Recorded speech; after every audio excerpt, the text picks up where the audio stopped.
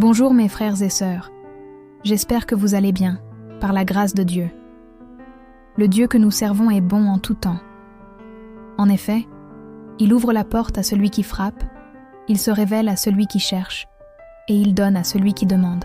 Ainsi, Dieu accorde la grâce de connaître les mystères du royaume des cieux à ceux qui désirent vivre dans la vérité, à ceux qui aiment la vérité. À ces personnes, il donne les clés du royaume des cieux, afin que la vérité de l'Évangile puisse être prêchée librement.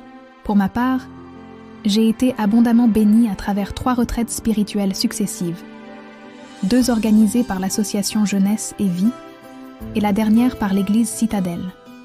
À travers ces retraites, le Dieu d'Abraham, d'Isaac et de Jacob m'a enrichi de nombreuses connaissances, suscitées par l'amour du prochain et par le désir de voir la grâce de Dieu restaurée dans les couples chrétiens. En effet, nous constatons aujourd'hui une réalité alarmante. En France, le taux de divorce est passé d'environ 1/3 à près de 2/3, y compris parmi les couples chrétiens.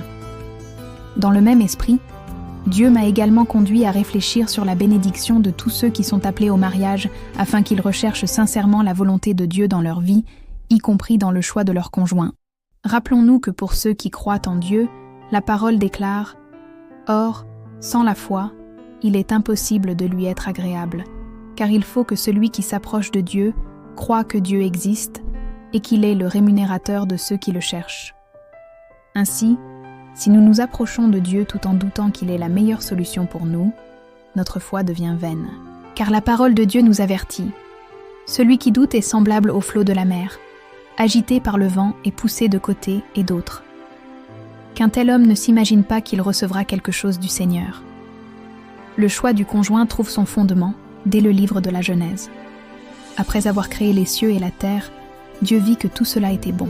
Il créa la verdure, l'herbe portant de la semence selon son espèce, les arbres fruitiers, les animaux, et bien d'autres choses encore. Cependant, la parole nous enseigne qu'une fois toute la création achevée, aucun arbuste n'était encore sur la terre, et aucune herbe n'avait germé, car Dieu n'avait pas encore fait pleuvoir, et il n'y avait pas d'homme pour cultiver le sol. C'est alors que Dieu fit intervenir l'homme pour travailler la terre.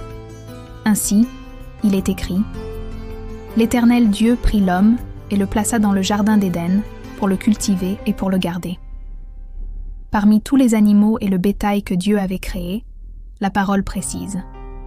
Mais, pour l'homme, il ne trouva point d'aide semblable à lui.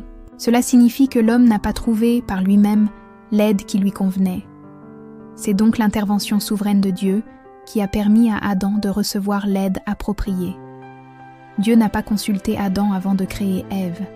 Il a créé la femme et l'a amenée à l'homme pour l'accomplissement de l'œuvre qui lui était confiée. Mes frères et sœurs, cet enseignement que j'ai reçu m'a profondément bouleversée concernant le choix du conjoint.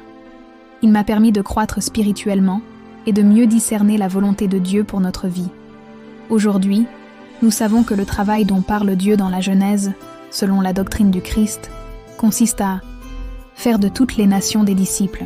Le salut des âmes est l'œuvre qui plaît le plus à Dieu, car sa volonté est que tous parviennent au salut. Le célibat est un temps précieux pour se consacrer aux choses du Seigneur, afin que Dieu, dans son infinie sagesse, lui qui sonde les cœurs et les reins, nous accorde tout ce dont nous avons besoin, y compris le conjoint ou la conjointe adaptée à l'œuvre à laquelle il nous appelle. Pour ceux qui sont mariés, cet enseignement doit être un sujet de réflexion.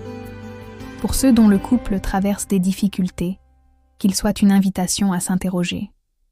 Pour ceux qui se sont mariés devant Dieu et dans l'Église, souvenez-vous que votre engagement spirituel consiste à œuvrer ensemble pour l'avancement du royaume de Dieu. Quant à ceux qui se sont éloignés de la voie du Seigneur et dont le couple ne vit plus réellement malgré la cohabitation, sachez que Dieu demeure la solution. Il est capable de guérir et de restaurer les couples brisés.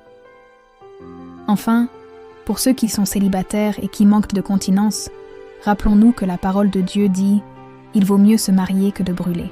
Sachez donc, mes sœurs, que la parole de Dieu est véritable.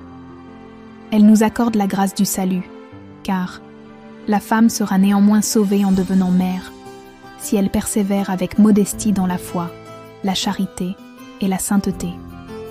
Si Dieu me permet selon sa volonté, j'aborderai le sujet comment rester connecté au royaume des cieux, selon les enseignements que j'ai reçus durant la retraite spirituelle du groupe d'évangélisation. Que toute la gloire revienne à Dieu.